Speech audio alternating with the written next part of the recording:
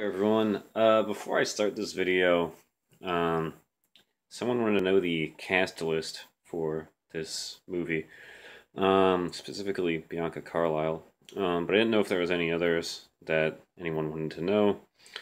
Um, I know that this list hasn't really crept online as far as I'm aware, because I cannot find anything about her other than on this credits list on the DVD itself. So there you go. Hello there, everyone. Mediocre Otaku here, and today I wanted to talk about Mobile Suit Gundam Thunderbolt: The Bandit Flower. Now, right off the bat, I'm just gonna say I did not like this movie as much as December Sky, but I still thought it was pretty good.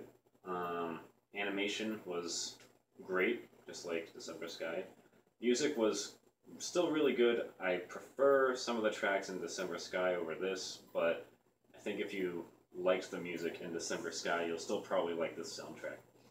Um, and it is also a bit of a longer movie than December Sky was. Not by much, it's only like an hour and a half. December Sky was around 70 minutes, I think. Um, but let us begin talking about the movie itself. Now, when the movie starts off, it throws you there's a scene that I don't really understand the whole purpose of entirely. Um, but that scene just, you know, after the initial scene of the movie, we go right into the battle of Abawaku, which, if you're familiar with the original series, that is the final battle of the 1 Year War. And it shows Daryl, who was the main Xeon guy that they focused on in December Sky, um, trying to use a regular Zaku with his prosthetic limbs and having a bit of a difficult time with it. Um, and they also show E.O. Fleming getting rescued from prison by all of his comrades that were in the original movie. So, yeah, that fight scene is really cool. It's cool to see a Bawaku. Um, Maybe it's just a little bit cooler for me, having seen the original series. I think maybe if you just walk into this not knowing exactly what happens in the original show, you might not appreciate it as much, but I thought it was a cool little tie-in.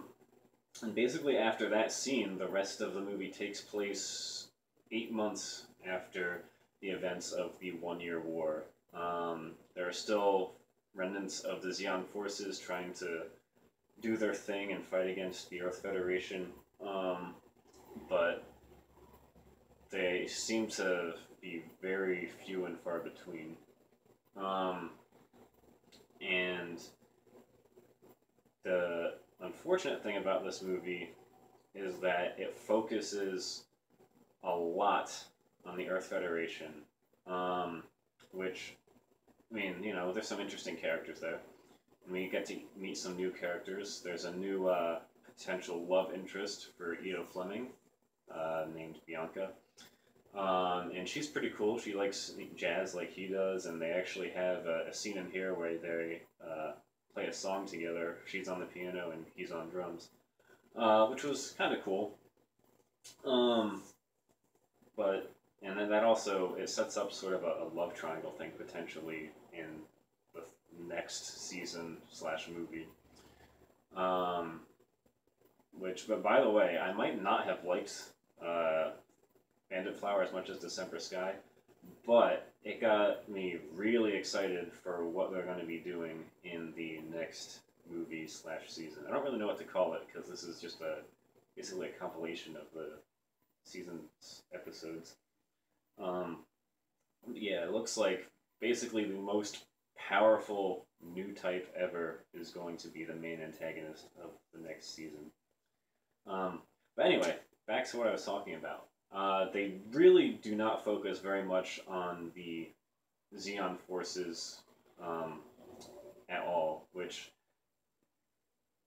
kind of makes sense because they lost the war, so they're probably not up to very much. But I thought Daryl was a more interesting character than E.O. Fleming, so it's a shame that he's really not in this movie very much. It also shows some of the fallout after the whole big fight at the end of December Sky, where crap, what's her name? Carla sort of goes crazy. Basically, she thinks like Daryl's her father, and she doesn't really have any concept of what's going on anymore, which sucks. Daryl really has had a rough fucking life, which is why I sort of like him more as a character because he's much more easy to sympathize with than E.O. Fleming. But anyway, the basic plot of this movie is that there's a cult in the South Sea on Earth, obviously, that acquires a Psycho Zaku. I'm assuming it's like the last one left because you only see normal Zaku in this movie. And so the Earth Federation and the remaining Xeon forces are both trying to get this thing.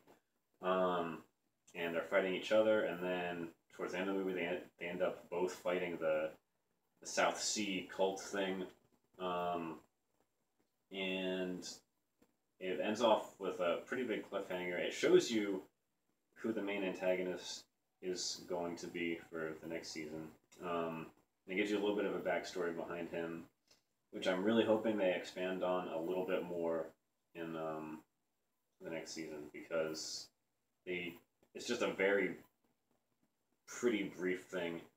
You don't really know why he starts this whole cult exactly, other than he was experimented on and it kind of drove him crazy a little bit. I'm hoping that he himself explains why he chose to do that in the next movie. But yeah, overall, I did really enjoy it. I watched through it twice. I feel like I enjoyed it more the second time than the first time. I don't know what to attribute that to. Maybe I just wasn't as in the mood to watch it the first time. But I definitely would recommend continuing this series if you liked what you saw from the first season. And hopefully season 3 comes out pretty soon. But that is it for this video, guys. I hope you enjoyed it. If I had to give a rating for this, I'd probably give it a 7. Because the lack of Daryl really did kind of bother me. And like the stuff that he did do wasn't really that relevant to the plot. It's just like they sort of threw him in there because they felt like they had him in there. But yeah, still a pretty good movie. But yeah, thanks for watching, everyone, and I will see you all next time.